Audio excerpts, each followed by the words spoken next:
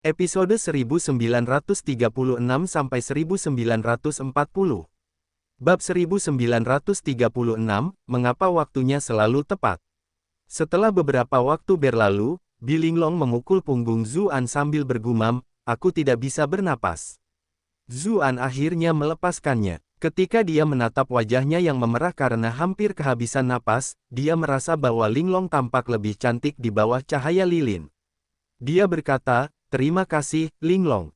Apa yang kau ucapkan terima kasih padaku?" Bilinglong mengangkat kepalanya dan bertanya dengan kekanak-kanakan. Dia tampak seperti orang yang sama sekali berbeda dari putri mahkota pada umumnya. "Terima kasih telah menyelamatkan klan Qin dan Wurong," kata Zuan sambil memeluk tubuh mungilnya. Ekspresinya menjadi lebih lembut. "Apakah kita perlu berterima kasih satu sama lain dengan tingkat hubungan kita?" Bilinglong menjawab, menggambar lingkaran dengan lembut di dada pria itu dengan jarinya. "Lagi pula, dengan kultivasimu saat ini, bahkan jika aku tidak melakukan apapun, tidak akan terlalu sulit bagimu untuk mengeluarkannya sendiri." "Itu berbeda," kata Zuan sambil menggelengkan kepalanya.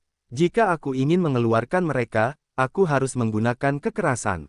Namun, kamu mampu melakukannya sesuai dengan aturan pengadilan. Itu menyelamatkanku dari banyak kekhawatiran. Dengan kekuatanmu saat ini, apakah kau masih perlu khawatir tentang hukum pengadilan? Kau hanya mengatakan itu untuk membuatku merasa lebih baik," kata Bilinglong sambil mendesah ringan, tetapi matanya penuh rasa terima kasih. Zuan terkekeh, berkata, "Sebenarnya, itu belum semuanya. Karena saya hanyalah orang biasa di tanah air saya sebenarnya sangat tidak menyukai hak istimewa yang berada di atas hukum. Saya merasa bahwa hal-hal semacam itu yang tidak diawasi dapat dengan mudah menghasilkan benih-benih masalah. Saya tidak ingin menjadi orang seperti itu, jadi saya selalu berusaha sebaik mungkin untuk melakukan segala sesuatunya sesuai hukum. Tetapi siapa yang dapat meramalkan bahwa klan Meng dan Raja Dai akan mendorongku sejauh itu? Aku bukan tipe orang yang terlalu kaku dan tidak fleksibel. Karena mereka tidak menginginkan muka, aku memutuskan untuk membantu mereka menghilangkannya." Bilinglong agak bingung. Ia berkata, "Zu, cita-citamu tampaknya sedikit lebih maju dari zamanmu. Bagi rakyat biasa, itu memang kabar baik, tetapi bagi penguasa seperti kita, itu hanya merugikan." Zuan menghela napas dan berkata, "Kau benar sekali." Bilinglong tersenyum dan berkata, Zu, jangan khawatir. Aku juga tidak ingin kau menjadi orang seperti yang kau katakan. Aku akan berusaha sekuat tenaga untuk menegakkan hukum, mengawasi pejabat yang berpengaruh, dan melindungi rakyat jelata juga." Zuan merasa hangat di dalam hatinya. Dia berkata, "Integritasmu itu langka, dan sangat istimewa. Masyarakat feodal di dunia ini lebih dibesar-besarkan daripada masyarakat Tiongkok kuno. Lagi pula, orang-orang di istana semuanya adalah para pembudidaya, jadi mereka jauh lebih kuat daripada para pejabat dinasti feodal di dunianya. Orang-orang biasa tidak akan memiliki cara untuk melawan mereka. Zu, orang-orang sepertimu bahkan lebih langka dan istimewa. Kau jelas sangat kuat, tetapi kau masih berpikir demi orang biasa," kata Bilinglong, menatap pria di depannya dengan matanya yang indah. Zu, aku tidak pernah bisa membayangkan bahwa kultivasimu benar-benar setinggi ini." Dia sudah memiliki laporan paling rinci tentang apa yang terjadi di kediaman Meng di mejanya. Ketika dia membaca tentang bagaimana para ahli terkuat semuanya telah dibantai seperti ayam oleh Zuan, dia sangat terkejut hingga dia benar-benar linglung. Tekanan mengerikan yang dilepaskannya saat itu terasa seolah-olah Zhao Han telah muncul kembali di dunia ini. Dia merasa seolah-olah dia dan Zu telah menjadi sangat terasing. Dia bahkan tidak tahu seberapa kuat dia sekarang. "Apakah kau menyalahkanku karena menyembunyikan hal-hal itu darimu?" tanya Zuan. "Kau bahkan tidak menyalahkanku karena tidak menyelamatkan klan Qin dan Wurong, jadi bagaimana mungkin aku menyalahkanmu?" Bilinglong menjawab sambil terkekeh. "Lagi pula, kau bahkan tidak ingin melanggar hukum dengan kekuatan dan wewenangmu, jadi semakin kecil pula alasanmu untuk ingin mengekspos dirimu sendiri. Alasan utama dari semua ini adalah karena aku telah melalui banyak pertempuran di ruang bawah tanah rahasia yang terakhir kali aku masuki, dan melalui beberapa kesempatan ajaib, aku mampu menjadi jauh lebih kuat. Aku ingin menghabiskan waktu dalam pengasingan untuk mengonsolidasikan kultivasiku, tetapi orang-orang ini tidak pernah memberiku kesempatan untuk itu, kata Zuan, merasa sedikit kesal. Bilinglong menghiburnya dengan tersenyum, katanya, sebenarnya, Raja Dai dan klan Meng yang mencari kematian akhirnya berhasil menyelesaikan sakit kepalaku yang sangat besar. Para pangeran semuanya mulai gelisah, karena mereka semua menginginkan posisi putra mahkota. Dia berada di bawah tekanan berat untuk menghadapi semuanya. Namun sekarang, setelah apa yang terjadi hari ini, semua masalah itu terselesaikan. Setelah melihat bagaimana Raja Dai dan klan Meng menemui ajalnya, siapa yang masih berani menimbulkan masalah lagi? Temukan updates pada novelbin.com. Iklan oleh Pub Future. Ketika dia melihat nyala lilin yang berkedip-kedip, dan bagaimana senyum Bilinglong bahkan lebih menawan daripada lilin-lilin itu, Zuan tiba-tiba sedikit tergerak. Dia menjawab, lalu bagaimana tepatnya rencanamu untuk berterima kasih kepadaku? Jantung Bilinglong berdebar kencang. Dia mengerutkan bibirnya dan berkata pelan, hari ini aku hanya mengenakan pakaian kasual. Zuan merasakan sesuatu bergerak dengan kuat. Biasanya, Bilinglong mengenakan pakaian putri mahkota yang indah agar terlihat cantik, tetapi selalu saja ada hal-hal yang menghalanginya. Bagaimanapun, pakaian istana seperti itu sangat rumit dan hanya dapat dikenakan dengan benar dengan bantuan beberapa pelayan yang bekerja sama, jadi pakaian itu tidak mudah dilepas dan juga sulit dikenakan lagi. Karena itu, implikasi di balik pilihannya untuk mengenakan pakaian informal tidak perlu dijelaskan lagi. Namun, tidak perlu menjelaskannya. Zuan memeluknya, dan pada saat yang sama, dia menundukkan kepalanya untuk mencium bibir merahnya yang lembut dan indah. Bilinglong mengerang, lengannya yang halus melingkari lehernya. Namun, saat itu, seorang pria gemuk besar berlari ke halaman dengan penuh semangat. Ekspresinya penuh kegembiraan saat dia berkata, saya mendengar bahwa Tuan Zhu memasuki istana. Cepat dan biarkan saya menemuinya. Ada sekelompok kasim dan pelayan di belakangnya. Tentu saja, dia adalah putra mahkota, Zhao Ruizi. Kedua orang di dalam merasakan seluruh tubuh mereka menegang saat mendengar suara itu. Mengapa waktu bicaranya selalu tepat? Tolong berhenti, putra mahkota. Putri mahkota sedang mendiskusikan masalah penting negara dengan Tuan Zhu sekarang, kata Rongmo, segera menghentikan putra mahkota. Bilinglong jelas menghela napas lega saat mendengar suara Rongmo. Tubuhnya juga perlahan melunak. Putra mahkota agak tidak senang mendengarnya, lalu protes, mengapa kau menghentikanku lagi? Tuan Zhu bisa pergi ke tempat Linglong, jadi mengapa aku tidak?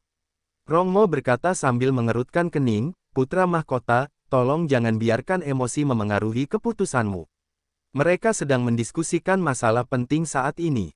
Jika putra mahkota memiliki sesuatu yang penting untuk dikatakan, tolong sampaikan kepada hamba yang rendah hati ini. Hamba ini akan memberi tahu mereka nanti.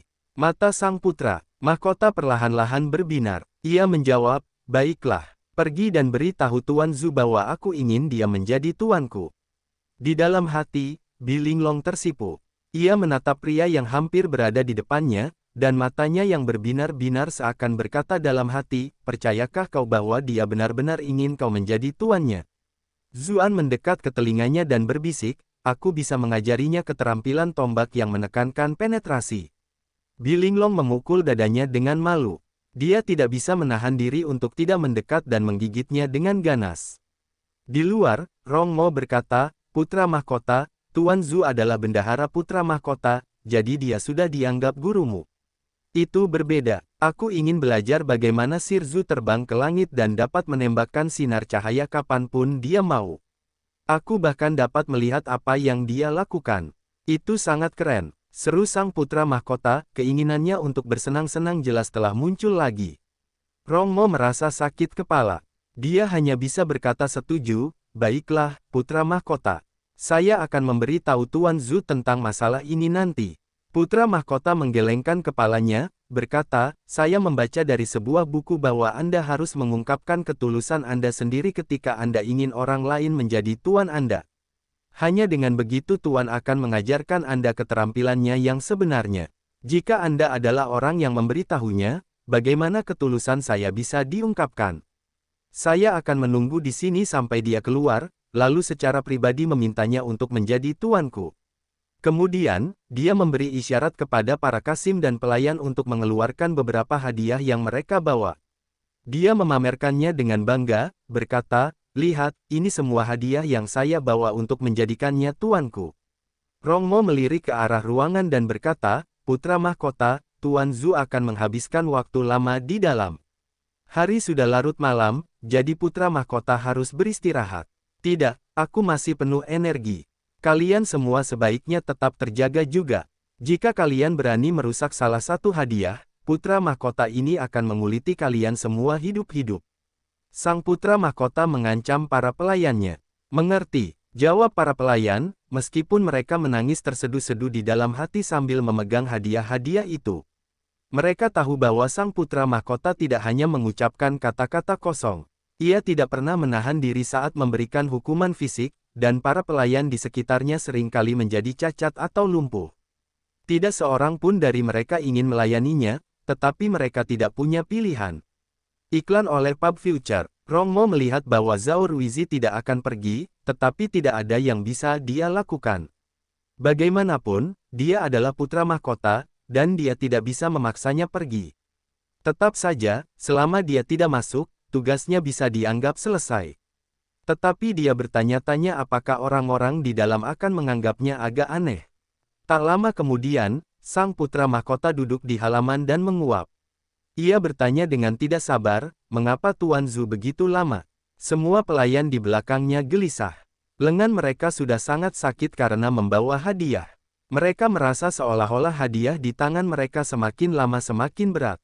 Mereka yang bertubuh lemah sudah merasakan lengan mereka mulai terkulai, dan mereka hanya bisa diam-diam mengangkat kaki untuk menopang hadiah yang mereka bawa.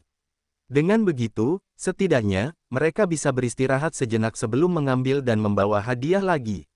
Namun, pada akhirnya mereka tidak dapat bertahan lagi, sehingga mereka hanya dapat menurunkan lengan mereka lagi dan menggunakan kaki mereka untuk membantu membawa beban. Awalnya, mereka mencoba melakukannya secara diam-diam karena takut putra mahkota akan mengetahuinya. Namun pada akhirnya, lengan mereka mencapai batasnya dan mereka tidak dapat repot-repot berusaha menyembunyikannya. Begitu saja, mereka terus-menerus menaikkan dan menurunkan hadiah lagi. Banyak pelayan yang sudah sangat lelah sehingga keringat halus muncul di antara alis mereka. Mereka hanya bisa menggertakkan gigi dan bertahan, baru kemudian mereka dapat menahan diri untuk tidak mengeluarkan suara apapun. Namun, mereka bahkan tidak tahu berapa lama lagi mereka bisa bertahan. Meskipun angin di luar dingin dan menusuk, seluruh tubuh mereka sudah lama basah oleh keringat. Mereka semua sangat berharap ada sepasang lengan yang kuat yang bisa menahan mereka. Dengan begitu, mereka tidak perlu mengerahkan lebih banyak tenaga. Rongmo berkata saat itu, "Tuan Zhu selalu menghabiskan waktu lama dalam rapat-rapat ini, jadi saya khawatir dia tidak akan kembali untuk beberapa waktu." "Putra mahkota, yang mulia harus kembali dan beristirahat dulu."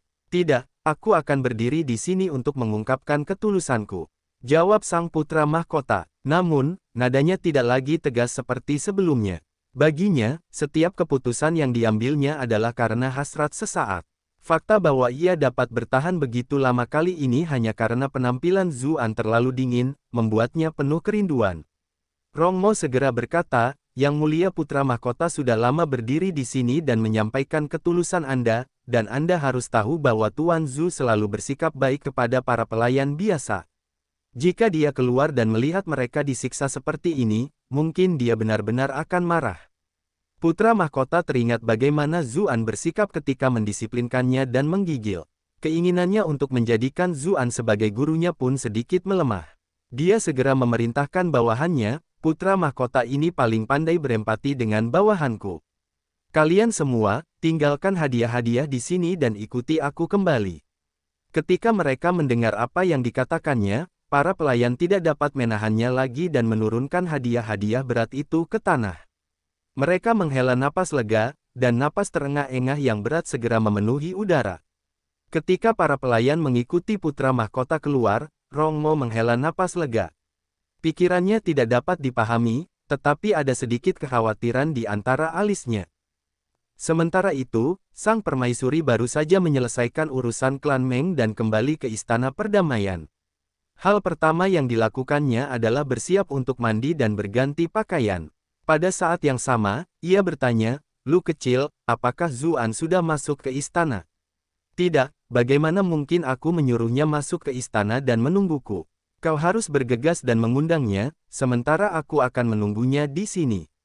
Kasim Lu berkata dengan ekspresi aneh, Yang Mulia, Tuan Zhu sudah memasuki istana, tapi dia pergi ke sisi putri mahkota terlebih dahulu. Ekspresi sang permaisuri berubah. Ia bertanya, sudah berapa lama dia berada di istana timur? Sudah berjam-jam berlalu. Aku ingin tahu masalah penting apa yang sedang mereka bicarakan. Putra mahkota masih berjaga di luar, jawab Kasim Lu. Sang permaisuri mendengus. Keduanya benar-benar tidak tahu betapa mudahnya skandal muncul. Apakah mereka tidak khawatir gosip akan menyebar? Kasim Lu berkata sambil mendesah dalam, setelah apa yang terjadi malam ini, siapa yang berani bergosip? Permaisuri merasa perkataannya masuk akal. Setelah penampilan Zuan di Istana Meng, siapa lagi yang berani menyinggung perasaannya? Terlebih lagi, wanita muda Bilinglong selalu bersikap jujur dan terhormat dalam perilakunya, dan dia memiliki gengsi sebagai seseorang yang memiliki kedudukan tinggi, yang tanpa terasa membuat orang lain menjauh. Semua orang di dalam dan luar istana yakin akan integritasnya. Dan dengan adanya putra mahkota yang berdiri di luar, semakin kecil kemungkinan mereka berdua melakukan sesuatu. Namun, dia merasa sedikit kesal di dalam hatinya. Dia berkata, Lu kecil, pergilah dan pergilah ke istana timur.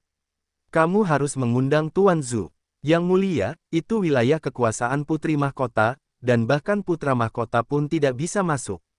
Pelayan ini tidak bisa begitu saja masuk dan mengundang Tuan Zhu, bukan? Kasim Lu berkata dengan ekspresi gelisah. Setelah menyaksikan kekuatan Zuan hari ini, dia tahu bahwa jika dia benar-benar menyinggung pihak lain, dia berisiko mati tanpa menyadari bagaimana itu bisa terjadi. Namun, ketika dia memikirkan kekuatan itu, dia benar-benar merasakan kegembiraan yang misterius.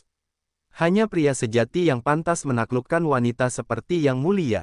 Hanya pria seperti itu yang bisa memenangkan hati Kasim Lu dengan sepenuh hati. Semakin kuat dan berani Zuan, semakin ia bisa menaklukkan hati dan jiwa permaisuri, dan semakin puas Kasim Lu. Jika Zuan lemah seperti ayam, Kasim Lu hanya akan dipenuhi dengan hinaan, bahkan mempertimbangkan untuk menyingkirkannya, karena orang seperti itu tidak cocok mendekati wanita yang dicintainya seumur hidupnya. Liu Ning berkata dengan kesal, aku tidak bilang itu masalah besar. Apa kau tidak tahu bagaimana caranya menunggu di luar istana timur? Apa, pelabuhan Bilinglong akan menyuruhnya menginap? Yang Mulia masih yang paling jelas. Pelayan ini akan segera berangkat, kata Kasim Lu, matanya berbinar. Setelah mengatakan itu, dia bergegas menuju istana timur dengan langkah ringan dan cepat. Ketika Liu Ning sering melihat wajahnya dan kegembiraan yang memerah di pipinya, Liu Ning tidak dapat menahan diri untuk tidak mempermalukan dirinya sendiri dengan dingin.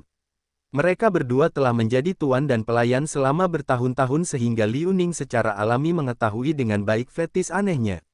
Karena sangat menghormati kesetiaannya selama ini, dan bagaimana dia tetap gila-gilaan padanya selama ini, Liu Ning tidak terlalu memperdulikannya. Terkadang, Liu Ning bahkan ikut bermain untuk memuaskan hasrat tertentu.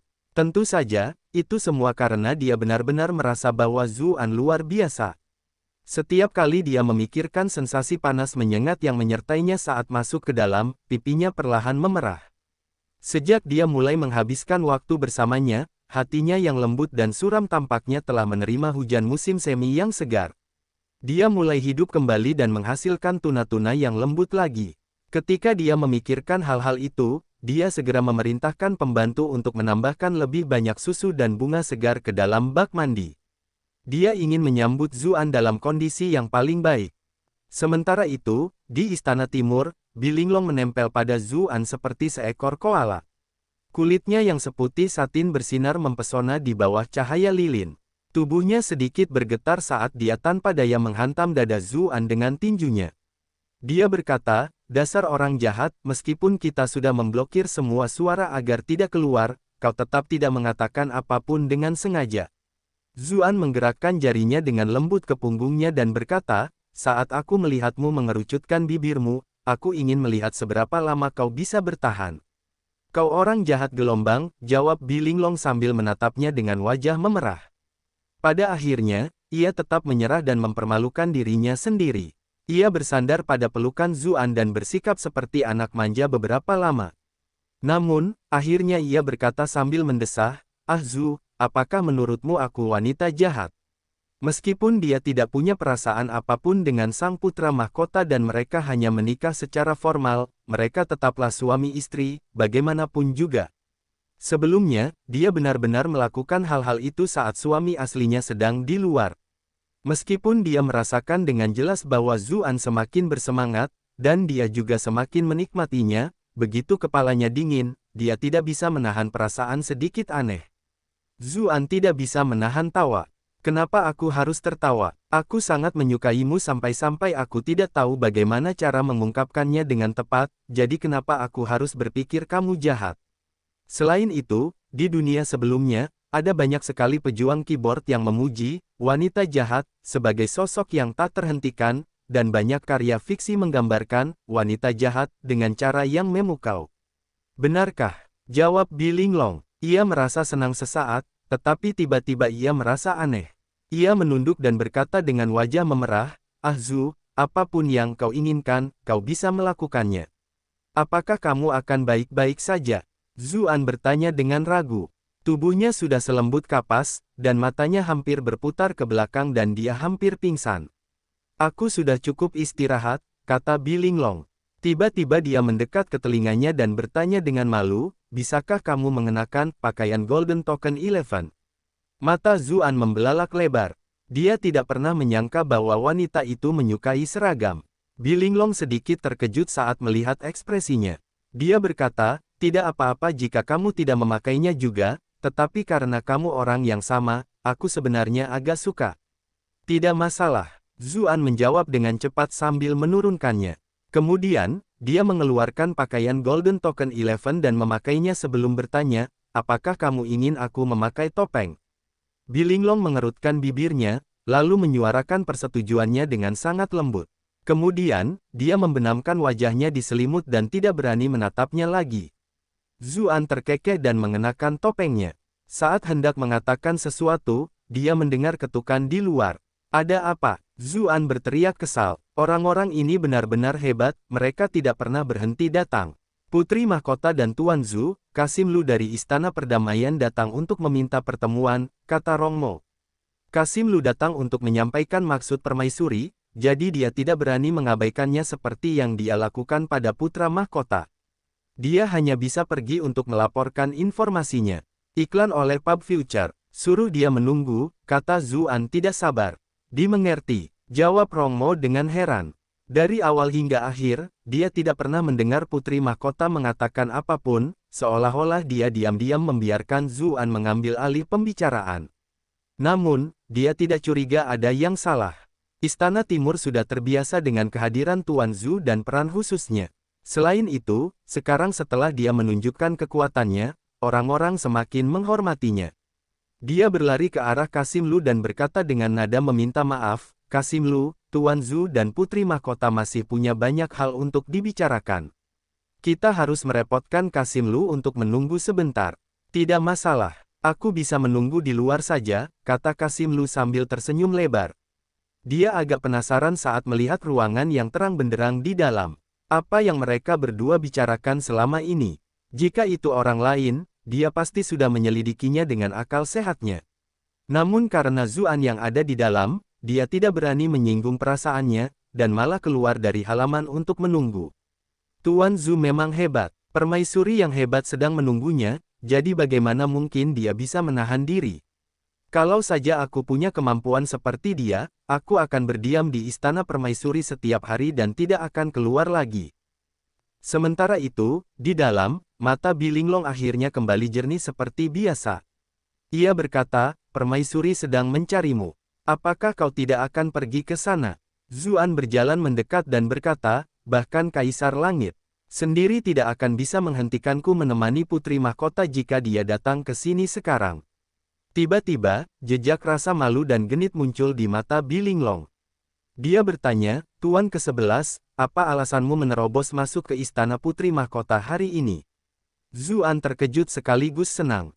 Ia tidak pernah menyangka Bilinglong yang biasanya sopan dan tidak fleksibel akan bersikap begitu belak-belakan.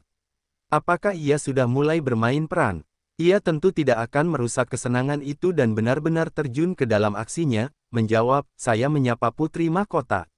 Saya mendengar bahwa ada seorang pembunuh yang menyusup ke Istana Timur, jadi orang yang rendah hati ini datang untuk menawarkan bantuan saya. Bilinglong mengerutkan bibir merahnya dan menjawab, memang ada seorang pembunuh keji yang datang ke istana belum lama ini. Dari awal hingga akhir, dia menembus orang ini beberapa ratus kali. Zuan terdiam. Pada saat itu, dia hampir kehilangan karakternya. Wanita ini bahkan bisa menjadi aktris kelas 1 di dunianya sebelumnya, bukan? Dia menjawab, bolehkah saya bertanya di mana pembunuh itu menembus tubuh Putri Mahkota? Orang yang rendah hati ini ahli dalam pengobatan tradisional dan dapat membantu Putri Mahkota dalam pemeriksaan.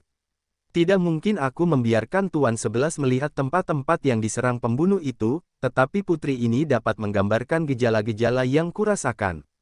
Seluruh tubuhku terasa lemah dan tidak berdaya, dan tubuhku terasa sedikit panas. Ada beberapa gejala lain yang terlalu memalukan untuk diakui. Karena Tuan 11 ahli dalam pengobatan tradisional, bisakah kau membantuku memeriksa denyut nadiku?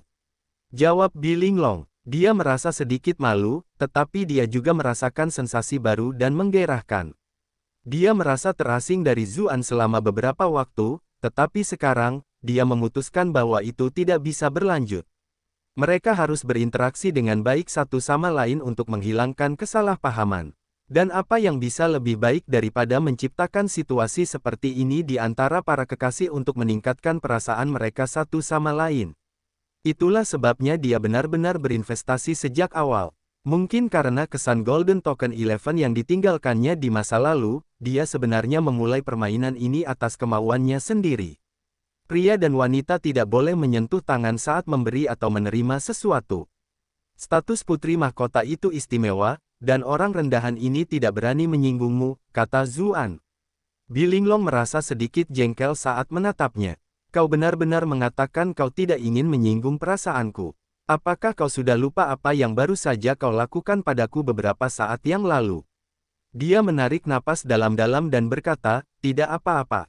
Putra Mahkota tidak ada di sini, dan para pelayan yang biasanya berada di sisiku tidak ada di sekitar, jadi aku hanya bisa meminta bantuan Tuan 11.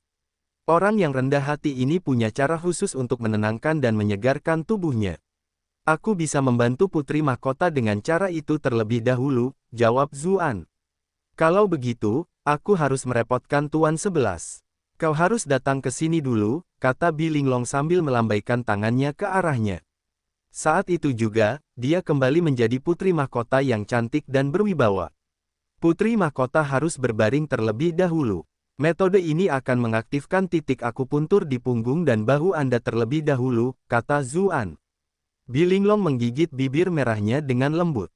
Dia menatap Golden Token 11 yang bertopeng di depannya dan merasakan detak jantungnya semakin cepat, bertanya, apakah akan sakit? Iklan oleh Pub Future. Awalnya mungkin terasa sakit, tapi lama-kelamaan akan membaik.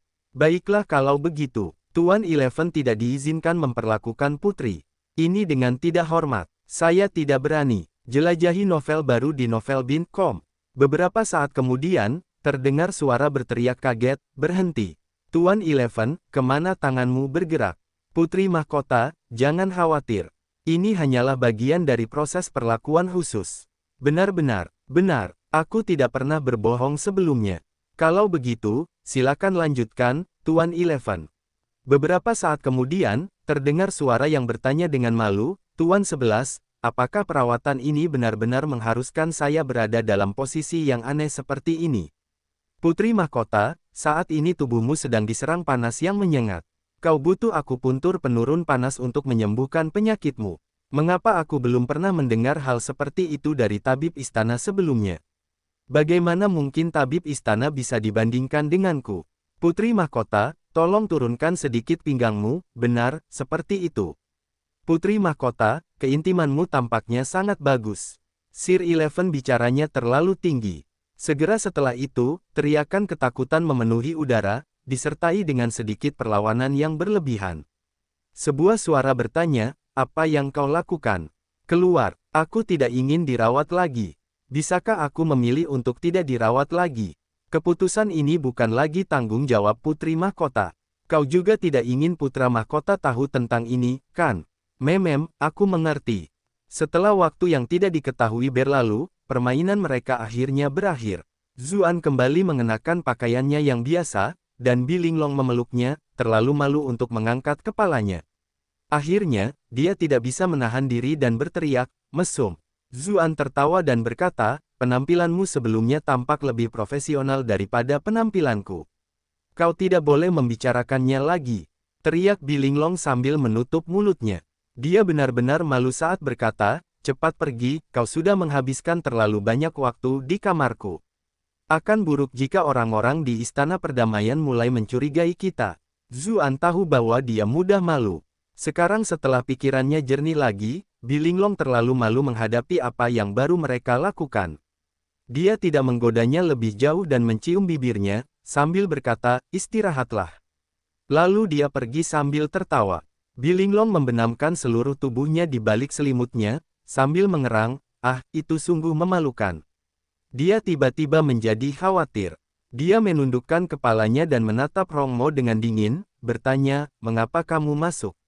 Rongmo memasang ekspresi bingung saat dia berkata sambil mendesah, Nona muda, bersama Tuan Zhu seperti ini terlalu berbahaya. Bab 1938, dipertanyakan. Kilatan dingin muncul di mata Bilinglong saat dia bertanya, apa yang kau katakan? Keluar, Rongmo menghela napas dan berkata, Nona muda, kita tumbuh bersama, jadi ada banyak hal yang tidak bisa kau sembunyikan dariku.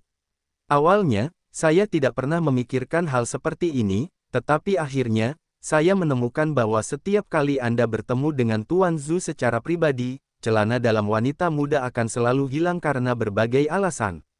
Saat itulah saya mulai lebih memperhatikan. Awalnya, saya bahkan menduga bahwa mungkin beberapa pembantu tidak sengaja merusak pakaian Anda saat mencucinya dan takut dikritik, jadi mereka menyembunyikannya secara diam-diam untuk menutupi masalah tersebut. Namun seiring berjalannya waktu, saya menemukan bahwa ternyata tidak demikian, dan nona muda itu tidak memberikan pakaian yang Anda ganti kepada mereka.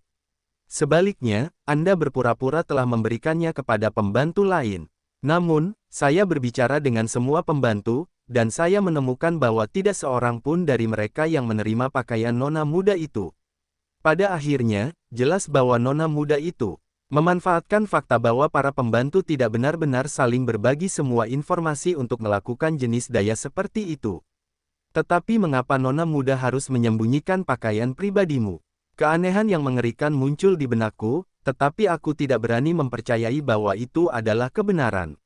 Bagaimanapun, aku paling memahami kepribadian nona muda. Namun, setelah memikirkannya dengan saksama, tampaknya sikap nona muda terhadap Tuan Zhu telah berubah sejak kau kembali dari persidangan rahasia putra mahkota.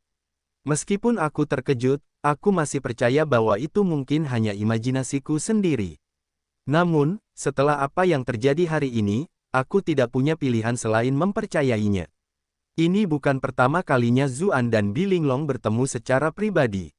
Ketika Rongmo mengaitkannya dengan pakaian Bilinglong yang menghilang, mudah untuk mengetahui kebenaran masalah tersebut. Ekspresi Rongmo penuh dengan kekhawatiran saat berbicara. Bagaimanapun, dia tidak pernah akur dengan Zuan. Dia tidak bisa mengerti mengapa putri mahkota bangsawan memiliki hubungan seperti itu dengan bocah nakal itu. Namun, ketika dia memikirkan tentang apa yang terjadi hari ini di kediaman Meng, dia juga merasa lega. Nona muda adalah nona muda, namun juga, wawasannya dalam menilai orang yang benar-benar luar biasa.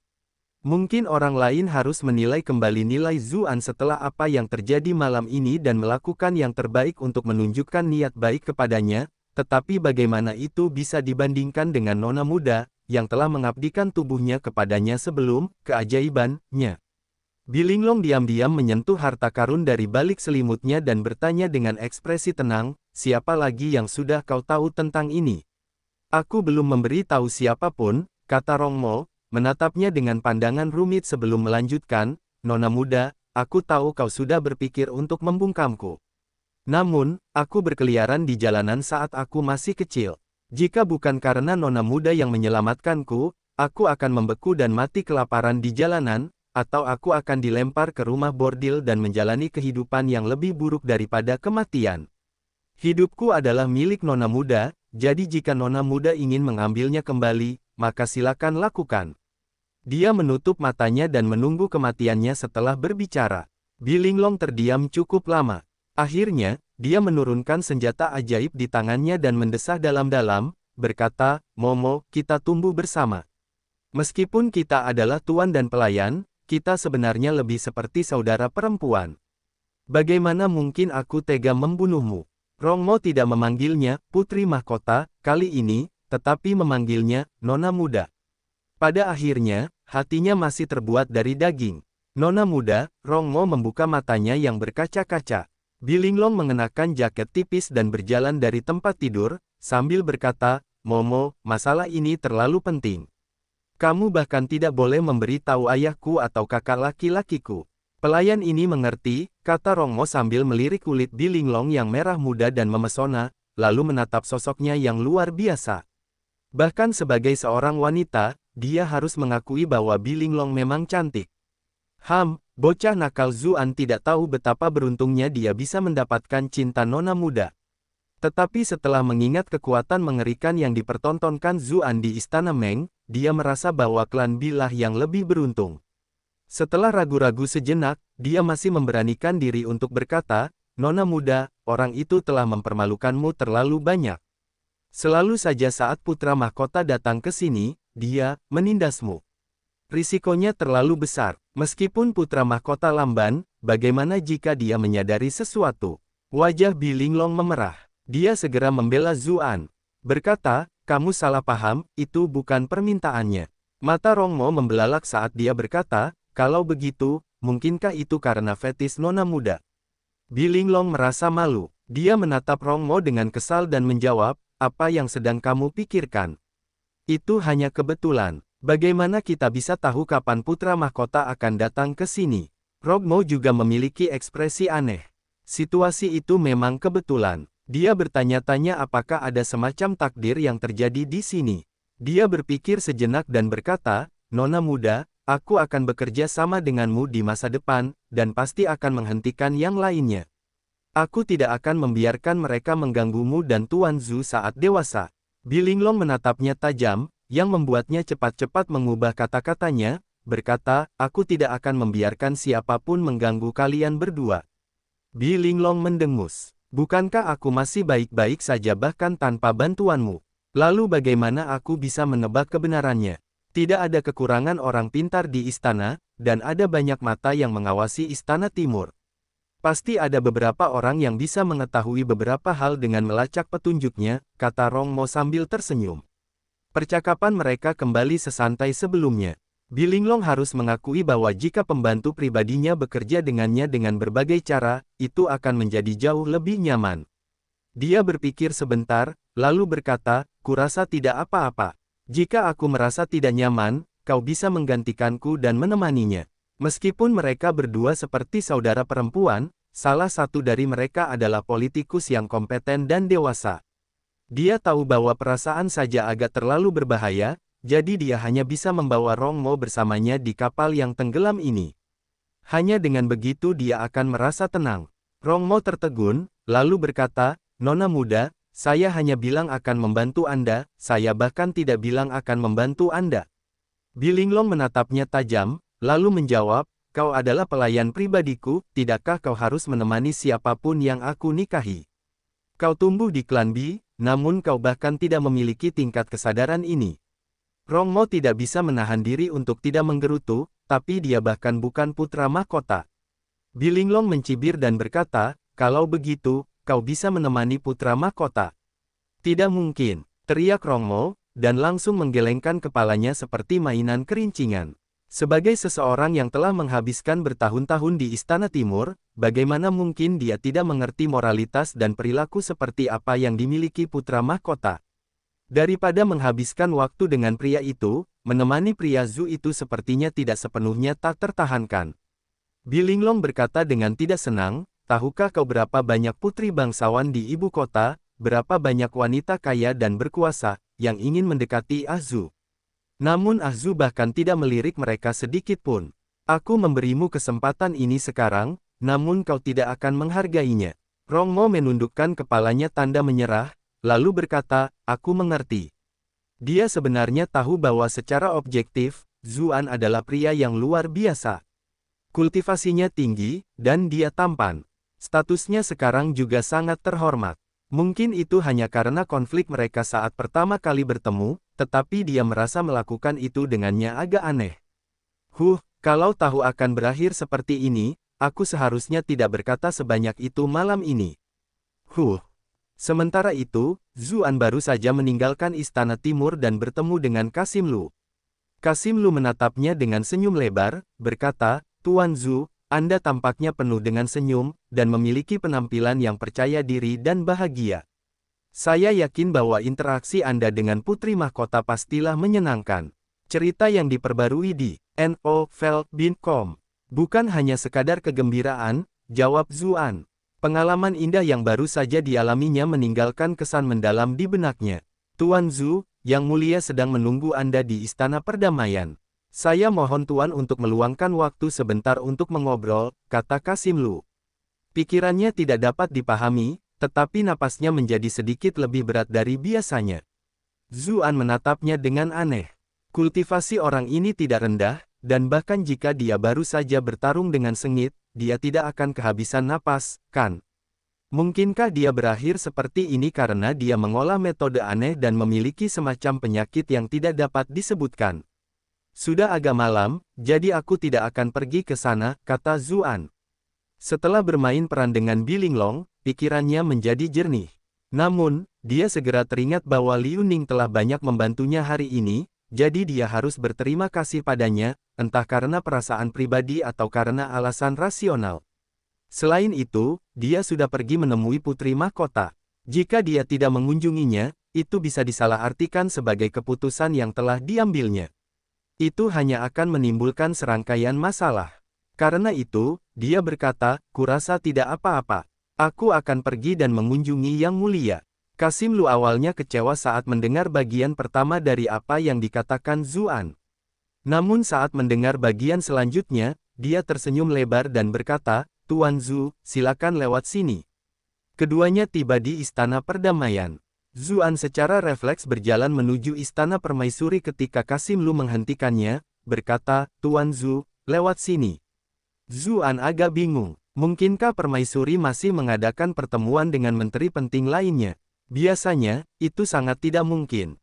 Namun, apa yang terjadi hari ini di kediaman Meng terlalu penting, jadi wajar saja jika dia masih mengadakan pertemuan.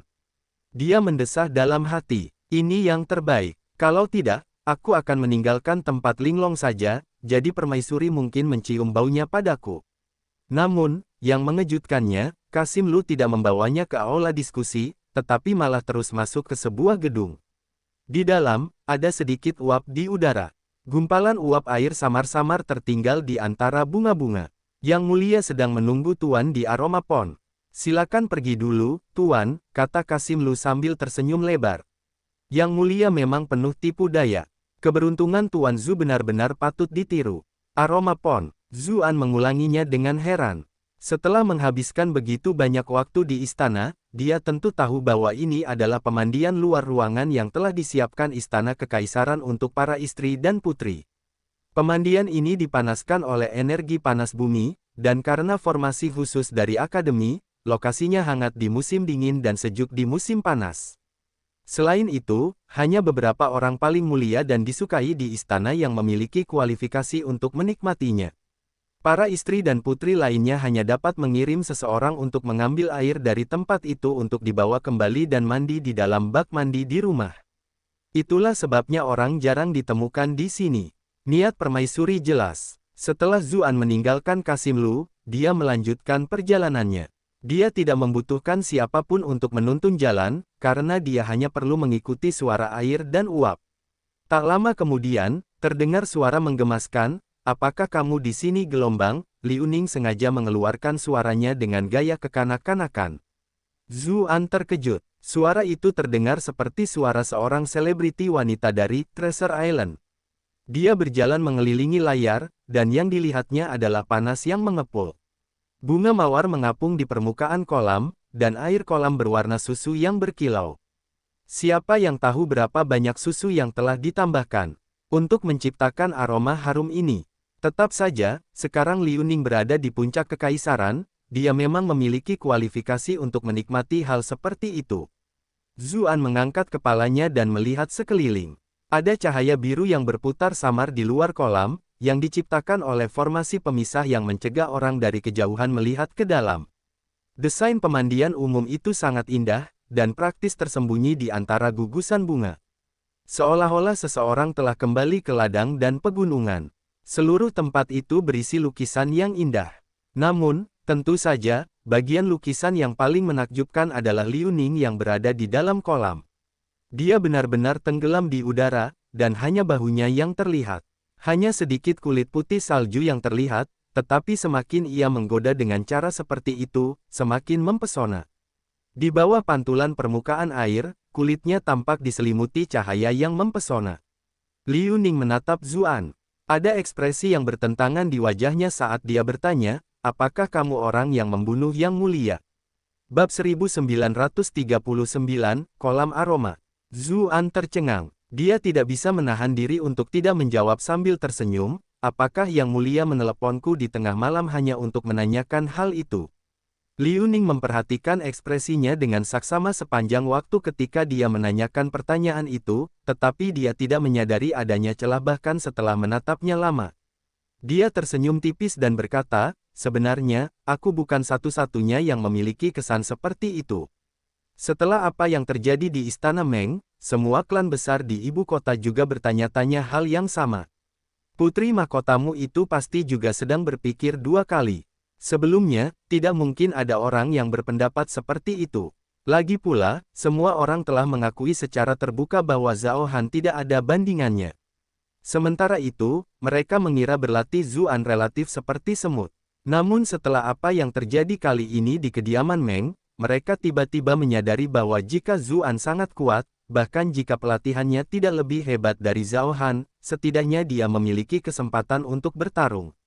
Seberapa besarkah kebetulan yang mungkin terjadi?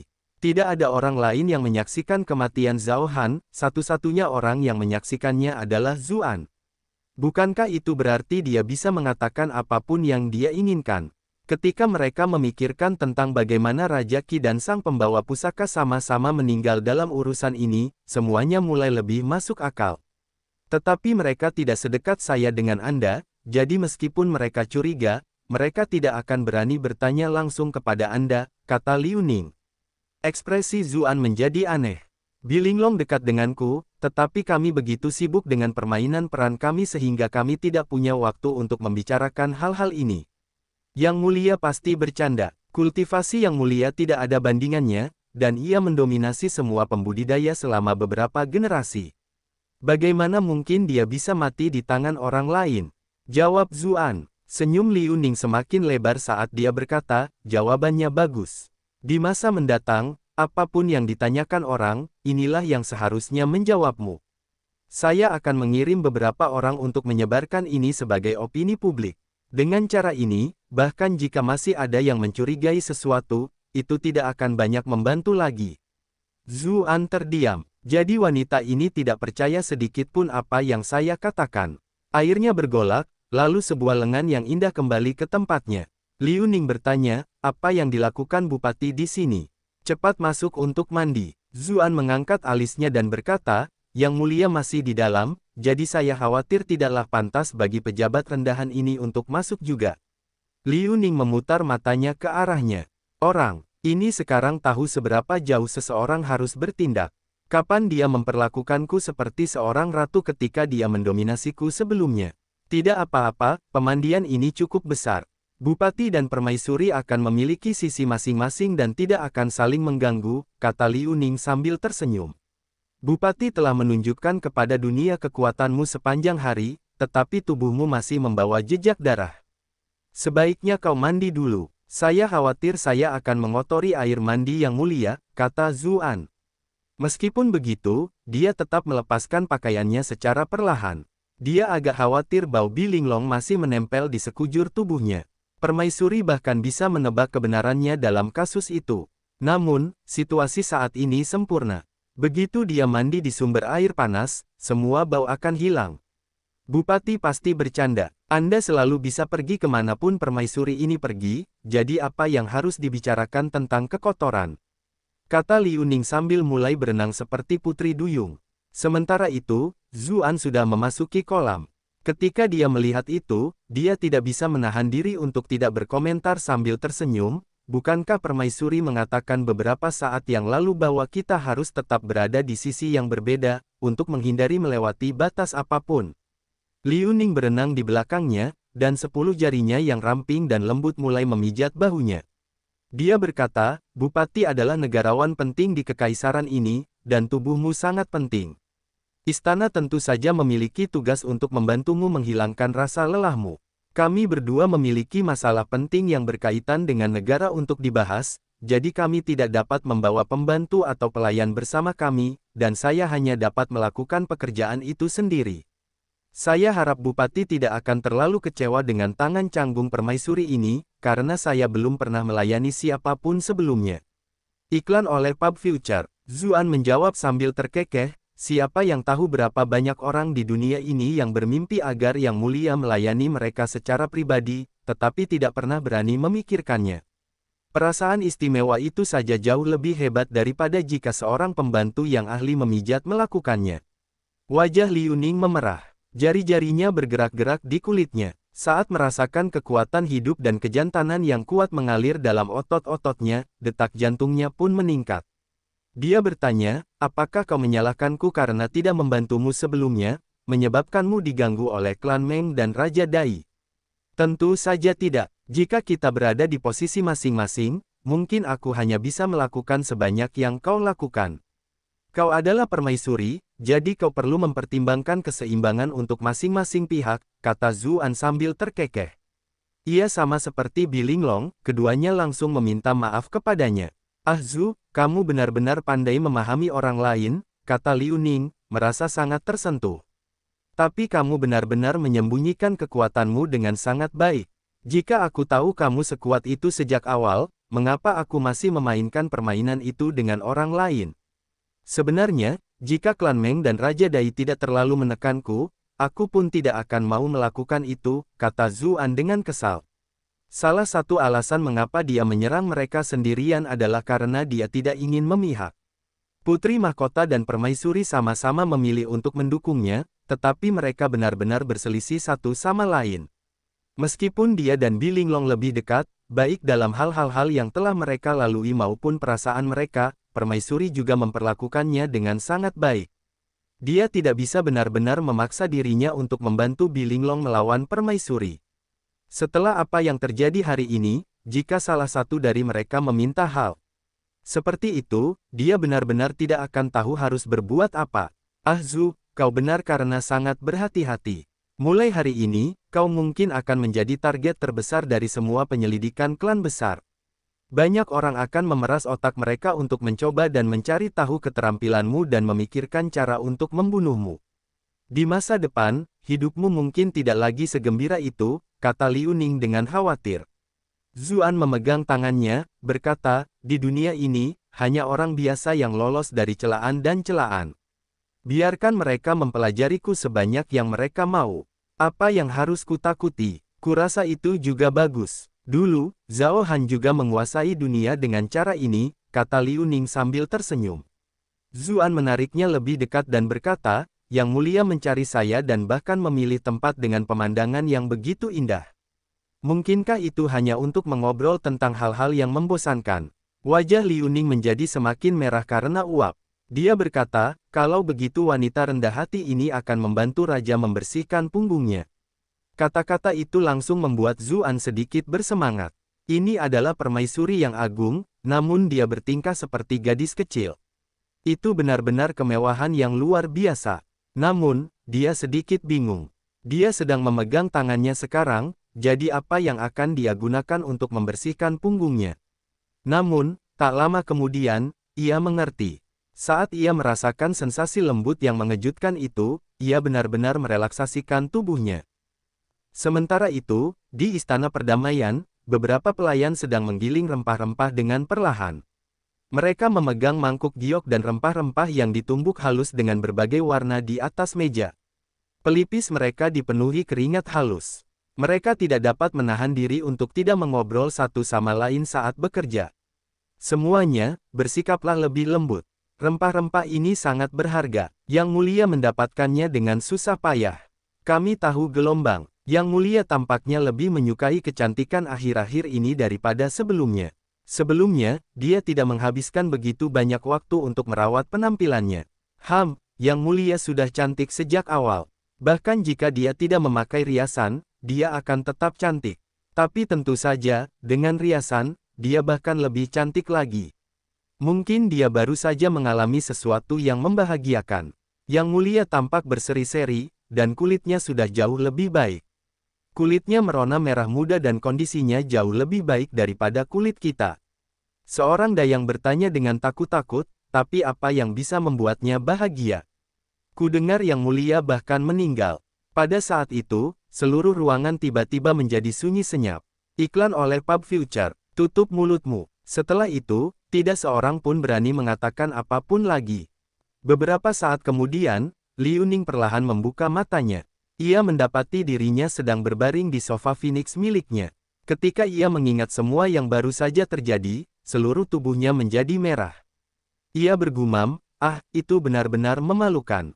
Aku benar-benar pingsan. Dia memutuskan untuk tidak melakukannya di bak mandi lain kali. Mungkin karena dia sudah berendam terlalu lama, dia merasa sedikit pusing. Daya tahan tubuhnya jauh lebih lemah dari biasanya. Dia hanya ingat bahwa dia telah dibawa langsung ke awan beberapa kali oleh Zuan. Pikirannya benar-benar kosong, dan dia kehilangan kesadaran. Dia memegang pipinya yang hangat dan menggigit bibirnya dengan lembut.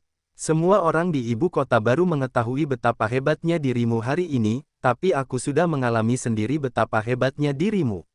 Setelah menjadi ibu negara, baik dia maupun Zhao Han telah memainkan permainan catur politik. Dia hanya memperlakukannya sebagai alat untuk mengeksploitasi. Namun, dengan Zuan, dia tidak pernah menyangka akan kalah telak untuk pertama kalinya. Semua rencana dan tekniknya, sebelum memiliki kekuatan absolut, lemah seperti kertas. Tidak peduli berapa banyak pertahanan yang dia buat, seberapa banyak rencana yang dia buat, Zuan selalu masuk dengan kekuatan murni, menusuk langsung ke jantungnya. Dia masih ingat Kasim Lu berkomentar tentang bagaimana dia belum pernah melihatnya mengalami kebahagiaan seperti itu sebelumnya. Kau tidak mengatakannya. Tentu saja dia tidak pernah melihatku seperti itu, karena itu adalah penampilan seorang wanita yang benar-benar tenang. Meskipun terkadang dia agak enggan, tampaknya tidak ada yang buruk tentang hal itu. Luka lamanya yang telah membebaninya selama bertahun-tahun akhirnya pulih, dan kekuatannya juga perlahan kembali. Sekarang, dia memiliki kendali penuh atas harem lagi, dan klan Liu telah menekan klan Bi, menjadi yang kedua setelah klan Kekaisaran. Yang lebih penting, dia telah merasakan kegembiraan yang belum pernah terjadi sebelumnya. Ketika dia mengingat semua yang telah terjadi hari sebelumnya, ekspresi bodoh tanpa sengaja muncul di wajahnya. Sementara itu, saat Zuan meninggalkan istana kekaisaran, langit sudah mulai cerah. Dia langsung pergi ke klan Sang untuk menemui putrinya, dan juga menghabiskan waktu bersama Sang Hong. Lagi pula, sekarang setelah dia menjadi bupati, dia membutuhkan orang untuk membantunya mengurus berbagai hal. Tidaklah baik untuk sepenuhnya bergantung pada Liu Ning atau Bi Linglong, karena kedua wanita itu sama sekali tidak akur. Sang Hong telah bekerja di istana selama bertahun-tahun dan tahu siapa yang mampu. Dia tahu siapa yang bisa dilibatkan, dan siapa yang berasal dari klan berpengaruh lainnya. Keduanya berbincang selama berjam-jam hingga langit benar-benar cerah. Setelah itu, Zuan memutuskan untuk melakukan perjalanan ke gunung belakang akademi. Ia berencana untuk menghabiskan waktu dengan benar dalam kultivasi terpencil untuk mencerna semua yang telah dialaminya akhir-akhir ini. Dengan begitu, ia akan memperoleh pemahaman yang lebih dalam tentang 7 domain sutra Baopu. Zeng dan segera menemuinya dan berkata, Zhu, aku juga ingin pergi ke akademi bersama. Aku juga murid Master Yan, tapi aku belum pernah mempelajarinya bahkan sehari pun. Dulu, Zuan pernah membantunya menjadi murid Yan Xiangmu. Namun, karena rencana klan Sang untuk memiliki anak setelah meninggal, dia tidak punya pilihan selain tinggal di rumah saat melahirkannya. Itulah mengapa dia tidak pernah mendapat kesempatan untuk belajar di sana. Namun, setelah melihat betapa hebatnya Zuan, meskipun Zheng Dan sangat gembira dan bahagia, dia juga merasakan sedikit rasa kehilangan. Bagaimanapun, saat itu, kultivasinya bahkan lebih tinggi dari Zuan. Di kota Bright Moon, mereka bahkan bisa bertarung berdampingan. Mereka telah melewati hidup dan mati bersama di sarang naga merah, tapi sekarang, perbedaan di antara mereka semakin besar. Dia bahkan tidak bisa berpikir untuk mengejar ketertinggalan lagi. Jika keadaan terus seperti ini, mereka tidak akan lagi berjalan di jalan yang sama. Perasaan mereka sebelumnya pada akhirnya akan memudar tidak peduli seberapa hebat mereka dulu. Ini bukan tentang salah satu dari mereka yang salah, tetapi lebih pada bagaimana dunia bekerja. Itulah mengapa dia memutuskan untuk berevolusi dengan benar di masa depan. Zuan tahu bahwa bakat Zheng Dan adalah yang terbaik di kota Bright Moon. Namun, karena berbagai alasan, dia terpaksa berhenti selama 2 tahun. Karena itu, dia tentu saja setuju. Keduanya tengah asyik mengobrol ketika Sang Qian tiba-tiba berlari ke dalam ruangan sambil berkata, "Kakak Zhu, aku juga ingin pergi ke akademi untuk berkembang dengan baik." Tidak hanya dia sangat cerdas dalam politik dan strategi, bakat kultivasinya juga sangat baik. Dia hampir sama kuatnya dengan Zheng Dan. Namun, dia juga mulai merasakan bahaya. Dia tidak mengakui usulan bibimu yang tidak masuk akal, karena ada batasan untuk mempertahankan hubungan melalui nafsu. Selain itu, kakak laki-lakinya Zhu memiliki terlalu banyak wanita di sisinya, jadi dia selalu merasakan ancaman yang kuat. Dia ingin mengikuti jejak kakak laki-lakinya Zhu, dan hanya dengan begitu dia akan memiliki hak untuk dapat membantunya. Ikuti bab baru di novel.com. Zuan sedikit tercengang. Lagi pula, Sang Qin baru saja melahirkan. Namun, setelah beberapa saat ragu, dia tetap setuju. Satu-satunya hal yang membuatnya seimbang adalah siapa yang akan ditugaskan untuk belajar, dan bidang apa yang akan dia pelajari. Bab 1940, Jenius Cemerlang. Lalu apa yang harus kita lakukan dengan Sisi? Zheng Dan bertanya dengan cemas. Meskipun Sisi bukan pengikutnya sendiri, di dunia luar, dia adalah ibu Sisi. Dia dan Sang Qin tidak memiliki banyak pengalaman dan selalu berusaha mencari cara untuk merawat anak itu. Meski pekerjaannya berat, ia pun perlahan mulai menyukai gadis kecil yang imut itu. Kita hanya bisa meminta bibimu untuk menjaganya sampai kita menemukan pengasuh lain. Setelah itu, aku akan kembali menemuinya setiap hari, kata Sang Qin sambil mengerutkan kening. Dia juga tidak ingin meninggalkan Sisi. Zheng Dan memegang tangannya dan berkata, tapi itu akan sangat sulit bagimu. Lagi pula, siapa di antara siswa akademi kerajaan yang bukan jenius paling cemerlang? Apalagi mereka yang mampu memasuki pegunungan belakang. Agak melelahkan bahkan bagi para jenius itu untuk mengikuti pelajaran akademi kerajaan, apalagi bagi Sang Qin yang harus kembali setiap hari untuk menjaga anaknya. Selain itu, dia akan memiliki lebih sedikit waktu untuk menaklukkannya daripada yang lain. Tidak apa-apa, kerja keras akan terbayar, kata Sang Qin, tatapan tegas muncul di matanya. Dia harus meluangkan waktu untuk meningkatkan kultivasinya. Seorang ibu susuan, tanya Zuan sambil mengerutkan kening. Bagaimana caranya? Tetap saja, ASI lebih bergizi dan sehat. Lebih baik untuk tubuh anak. Dia tentu tahu bahwa klan-klan berpengaruh di dunia jarang sekali meminta ibu-ibu untuk menyusui bayi mereka sendiri, dan bahwa hal-hal seperti itu hampir selalu ditangani oleh perawat bayi. Namun, sebagai seorang transmigran, dia tahu betapa pentingnya ASI seorang ibu. Air susu ibu kaya akan nutrisi dan berbagai macam antibodi, dan jauh dari susu yang dapat diberikan oleh seorang perawat bayi yang telah menyusui banyak bayi. Kalau begitu lupakan saja, aku akan tinggal di rumah dan mengurus Sisi, kata Sang Qin, ekspresinya sedikit sedih. Dia hanya akan menjadi istri yang baik bagi Zuan. Sampai batas tertentu, kehidupan seperti itu juga merupakan kehidupan yang bebas. Zheng Dan menatapnya dengan cemas. Dia menatap Zuan dan mulai mengatakan sesuatu, tetapi kemudian ragu-ragu. Zuan tampak sedang memikirkan sesuatu. Tiba-tiba, dia memutuskan dan menyarankan, bagaimana kalau begini? Bawa anak itu ke akademis, dan bibimu juga pergi ke sana untuk merawat anak itu.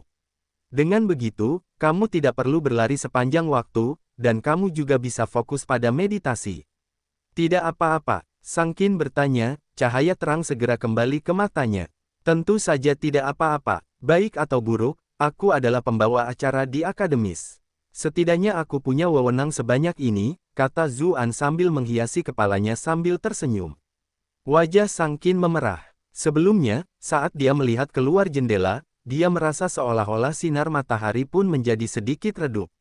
Namun sekarang, dia merasa dunia ini penuh dengan kehidupan. Zeng dan benar-benar bahagia untuknya, tetapi dia masih sedikit khawatir, katanya, tapi itu berarti hubungan Little Qin dan Sisi mungkin akan terbongkar. Tidak apa-apa, kata Zuan dengan acuh tak acuh. Mereka akan tinggal di gunung belakang akademi. Sangat sedikit orang yang dapat mengunjungi tempat itu, biasanya, hanya guru yang berkunjung. Mereka semua terobsesi dengan penelitian mereka sendiri dan tidak terlalu peduli dengan hal-hal lain. Itu sempurna, kata Zeng dan sambil mendesah lega. Tiba-tiba dia teringat kembali bagaimana di kota Bright Moon, Zuan pernah menjadi guru saat dia masih menjadi murid. Saat itu, dia menyelinap ke kediamannya untuk memasang perangkap dan menghancurkannya, tetapi siapa yang mengira bahwa dia akan gagal dalam perangkap itu dan malah menyerahkan dirinya sebagai jaminan.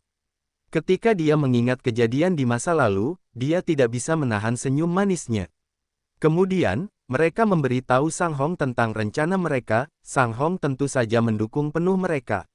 Ia bahkan meminta bibimu membawa 2 pembantu untuk membantu mengurus semuanya. Sepanjang jalan, Zuan bertanya kepada Sang Qin guru mana yang akan dia ajar. Lagi pula, dia punya banyak hal yang harus diurus dan tidak punya waktu untuk mengajarkan semuanya. Lebih jauh lagi, seseorang seperti dia yang baru saja menjalani perubahan karir, yang tidak benar-benar dia latih mungkin tidak akan sebaik guru-guru spesialis di gunung belakang. Sang Qin dengan hati-hati menanyakan tentang bidang penelitian para guru. Setelah memikirkannya, dia berkata, saya ingin mengikuti senior Sen Suzi dalam mempelajari alkimia dan seni boneka. Zuan terkejut. Awalnya, dia berencana untuk menyekolahkannya di bawah bimbingan Jiang Luofu karena mereka semua sudah saling kenal. Selain itu, orang yang pintar seperti Sang Qin juga paham hukum, sehingga cocok untuknya. Dia tidak pernah menyangka bahwa Sang Qin akan memilih Sen Suzi. Ketika Sang Qin melihat ekspresi penasarannya, dia menjadi sedikit malu. Dia berkata, sejak kecil, aku selalu sangat tertarik pada mekanisme dan kalkulasi, tetapi itu semua hanya belajar sendiri, dan aku tidak mungkin bisa dibandingkan dengan reputasi hebat senior Sen Suzi. Aku benar-benar ingin memahami mesin dan boneka, dan berharap suatu hari nanti aku dapat mengendalikan boneka dan mekanisme yang tak terhitung jumlahnya seperti dia. Aku ingin tahu apakah dia bersedia menjadikanku sebagai muridnya. Dia tahu bahwa tidak peduli bagaimana dia berkultivasi, dia mungkin tidak akan mampu mengejar kakak tertua Zhu. Dalam hal itu, dia bisa mencoba membantunya di bidang lain. Karena Zeng dan sedang mempelajari formasi, dia hanya akan mempelajari keterampilan boneka. Dia kebetulan juga sangat tertarik pada hal-hal itu. Namun, saat dia berbicara, dia menjadi sedikit khawatir. Bagaimanapun, Sen Suzi terlalu terkenal. Siapa yang tahu berapa banyak orang yang telah mencoba menjadi muridnya, tetapi ditolak dengan kejam selama bertahun-tahun. Iklan oleh Pub Future. Zuan terkekeh dan menjawab, bukankah kau terlalu meremehkan kakakmu Zhu? Dengan persahabatan kita, bahkan jika aku menyuruhnya untuk menerima orang biasa, dia tetap akan menerima mereka sebagai murid, apalagi gadis yang berbakat dan pintar sepertimu. Aku tidak sehebat yang dikatakan kakak Zhu, kata Sang Qin, merasa sedikit malu saat mendengar pujiannya, tetapi dia tetap merasakan sensasi manis di dalam hatinya. Dapatkan novel favoritmu di novelbin.com. Tak lama kemudian, rombongan itu tiba di belakang Gunung Yukuan. Pertama, Zuan menemukan tempat tinggal terpencil untuk Sang Qin dan Zeng dan di tengah jalan menuju puncak gunung. Bukan karena ia tidak ingin menempatkan mereka dekat dengan puncak, melainkan karena status almarhum pemberi persembahan itu terlalu terhormat dan dipuja, jadi tidak ada yang memilih untuk membangun apapun. Di dekat puncak gunung, setelah Sisi, bibimu, dan yang lainnya menetap, Zuan membawa kedua wanita muda itu ke tempat Sen Suzi terlebih dahulu. Ada boneka di pintu masuk yang menyambut dan menuntun mereka masuk. Sepanjang jalan, mereka dapat melihat berbagai jenis hewan dan benda lain yang terbuat dari mekanisme rumit, termasuk burung yang terbang di udara. Ketika melihat itu, Sang Qin merasa gembira, tetapi juga khawatir. Sen Suzi sangat hebat. Dia benar-benar jenius yang luar biasa di bidang ini. Dan kudengar ibu kota selalu menggambarkannya sebagai orang yang sombong dan eksentrik, jadi dia mungkin tidak menerimaku sebagai muridnya. Kakak Zhu mungkin akan merasa terganggu. Meski begitu, suara roda yang berputar pun terdengar, dan sebuah suara berkata sambil tertawa gembira, angin apa yang membawa persembahan kurban ke sini hari ini? Saya punya beberapa wawasan mengenai kereta api yang kita bicarakan terakhir kali, tetapi kesulitannya terletak pada pembuatan rel. Biaya untuk melakukan itu mungkin sangat besar. Zuan terkekeh dan berkata, rel kereta api memang agak merepotkan. Tidak hanya memotong gunung dan memperbaiki jalan yang membutuhkan biaya besar, pos-pos khusus harus dipasang di sepanjang jalan untuk pemeliharaan dan perbaikan, dan juga untuk mencegah orang lain atau binatang buas merusaknya. Tidak perlu melakukannya di seluruh negeri pada awalnya, kita bisa melakukan beberapa uji coba di jalan dekat ibu kota. Sang Qin dan Zeng dan saling berpandangan cemas saat mendengarkan keduanya berbicara. Apa yang mereka bicarakan? Kami sama sekali tidak dapat memahaminya, tetapi kedengarannya sangat menakjubkan. Setelah mereka berbicara sebentar, Sen Suzi tidak dapat menahan diri untuk tidak berkata dengan kagum, sang peraih warisan masih sangat muda, tetapi Anda memiliki ide dan imajinasi yang luar biasa, dan semuanya tampak masuk akal. Terkadang, saya bahkan bertanya-tanya apakah Anda benar-benar seseorang dari dunia ini. Zuan merasa khawatir. Identitasnya sebagai transmigran adalah rahasia terbesarnya. Zeng dan berkomentar sambil terkekeh, jika dia bukan dari dunia ini, dari dunia manakah dia berasal? Mungkin dia adalah dewa yang diasingkan dari surga, kata Sen Suzi sambil tertawa terbahak-bahak. Dia jelas tidak benar-benar curiga dengan asal-usul Zuan. Ketika dia melihat Zeng dan Sang Qin, matanya tidak bisa tidak berbinar. Seperti yang diharapkan dari seorang pria yang masih muda, bahkan wanita-wanita di sekitarnya pun berbeda. Semuanya sangat cantik. Bolehkah saya bertanya siapa mereka berdua? Tanyanya. Ini Zeng Dan, dia sebelumnya menjadikan Master Yan sebagai gurunya. Ini Sang Qin, Putri Menteri Keuangan Sang Hong, kata Zuan.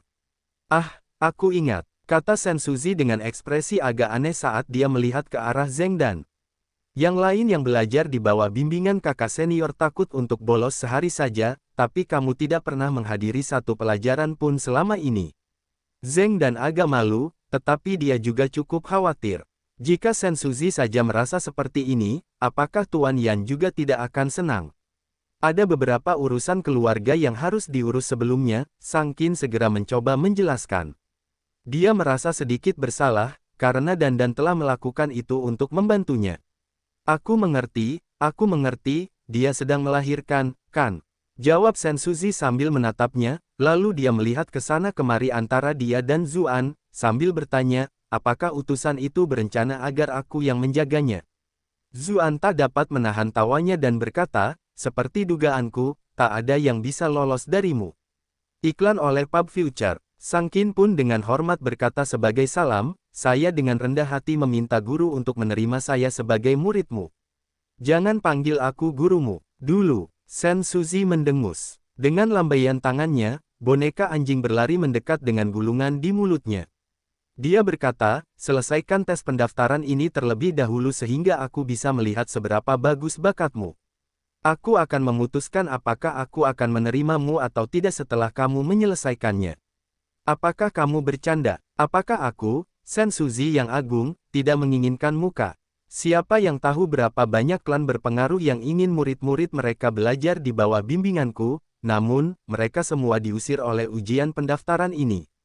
Namun, jika itu adalah seseorang yang dibawa oleh sang pemberi persembahan secara pribadi, aku harus menunjukkan kebaikan padanya. Bahkan jika dia melakukannya dengan sedikit buruk, aku tetap harus menerimanya. Aku akan memberi tahu dunia bahwa dia lulus ujian dan tidak seorang pun dapat mengatakan apapun. Dengan begitu, martabat dan harga diri orang tua ini juga akan terlindungi. Sungguh rencana yang bagus, jika boleh kukatakan sendiri. Tapi aku benci bantuan seperti ini, jadi aku akan mengajarinya nanti saja. Bagaimanapun, jika terlalu sulit, dia tidak akan mengerti. Sang Qin menatap Zuan dengan pandangan khawatir. Zuan terkekeh dan berkata, jangan khawatir dan cobalah saja. Pada saat yang sama, dia diam-diam mengatakan kepadanya bahwa itu kemungkinan besar hanya formalitas, dan bahwa mereka harus meninggalkan Sensuzi setidaknya dengan sedikit muka. Sang Qin tidak berpikir demikian, tetapi karena dia akan mengangkatnya sebagai gurunya, tentu saja dia harus mendapatkan persetujuan dari guru ini. Jika dia setuju hanya karena kakak laki-laki Zhu mendesaknya, dia mungkin tidak akan bisa menahan diri untuk tidak mengkritik Tuan Zhu. Selain itu, dia mungkin tidak akan benar-benar mengajarinya pengetahuannya yang sebenarnya. Dia menarik napas dalam-dalam, lalu mengambil gulungan itu untuk mulai mengerjakannya. Awalnya, dia sangat percaya diri, tetapi lama-kelamaan, ekspresinya semakin pucat. Keringat halus bahkan muncul di dahinya. Ketika Zheng Dan melihat itu, dia berjinjit untuk mengintip. Dia merasa seolah-olah sedang membaca dekrit kekaisaran, merasa sama sekali tidak bisa memahaminya. Meskipun dia mengenali huruf-hurufnya, mengapa dia tidak mengerti apapun ketika semuanya digabungkan? Ada berbagai macam diagram juga, dan hanya melihatnya saja sudah membuatnya pusing. Secara komparatif, formasi Masterian masih tampak lebih masuk akal. Baiklah, waktunya habis. Apakah kamu sudah selesai? Tanya Sensuzi sambil menyeringai. Aku bukan seseorang yang bisa kau manfaatkan hanya karena koneksi. Aku hanya menyelesaikan setengahnya, kata Sang Qin, dia hampir menangis. Dia ingin meninggalkan kesan yang baik untuk Sensuzi dan juga menyelamatkan muka kakak laki-laki Zhu. Bagaimana dia bisa tahu bahwa dia bahkan tidak akan bisa menyelesaikan setengah dari ujian pendaftaran? Dia benar-benar berakhir mempermalukan dirinya sendiri kali ini. Walaupun kakak Zhu tidak mengatakan apa-apa, dia pasti kecewa padaku, kan? Sang Qin, kamu biasanya bertindak bangga karena penuh tipu daya, tetapi kamu benar-benar melebih-lebihkan dirimu sendiri. Menyelesaikan setengahnya saja sudah cukup bagus.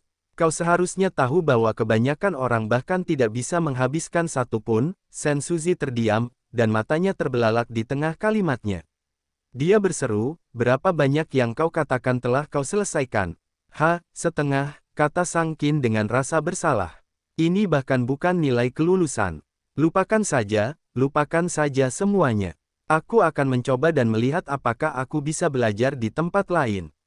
Sensuzi mengambil gulungannya dan segera membaca jawaban yang diberikannya. Wajahnya berseri-seri, dan akhirnya, ia mulai tertawa terbahak-bahak. Jadi, bagaimana hasilnya? Zuan membantu Sang Qin mengajukan pertanyaan ketika dia melihat betapa gugupnya dia. Sensuzi meraih tangannya, berkata, pembebasan, mengapa kau tidak mengirimiku seorang jenius yang cemerlang lebih awal? Warisanku sekarang memiliki pewaris. Seorang jenius yang brilian. Kelompok itu saling memandang dengan heran. Bahkan menyelesaikan setengahnya saja sudah cukup untuk dianggap jenius. Ketika melihat ekspresi bingung mereka, Sensuzi menjelaskan, gulungan ini sebenarnya adalah sesuatu yang kubuat untuk mengusir klan-klan berpengaruh di ibu kota. Kalau tidak, akan ada orang-orang yang berusaha mengirim murid-murid mereka kepadaku hari demi hari sementara kebanyakan dari mereka bahkan tidak dapat menyelesaikan satu pertanyaan pun. Sebelumnya, bahkan yang terbaik hanya menyelesaikan 3, dan untuk orang itu, aku bahkan menulis rekomendasi pribadi baginya untuk melanjutkan studinya di akademi. Tapi wanita ini benar-benar bisa menyelesaikan setengahnya. Apalagi yang bisa dia lakukan selain menjadi seorang jenius yang cemerlang? Sensuzi menatap Sang Qin dengan penuh semangat dan bertanya, Qin kecil, apakah kamu pernah menikah?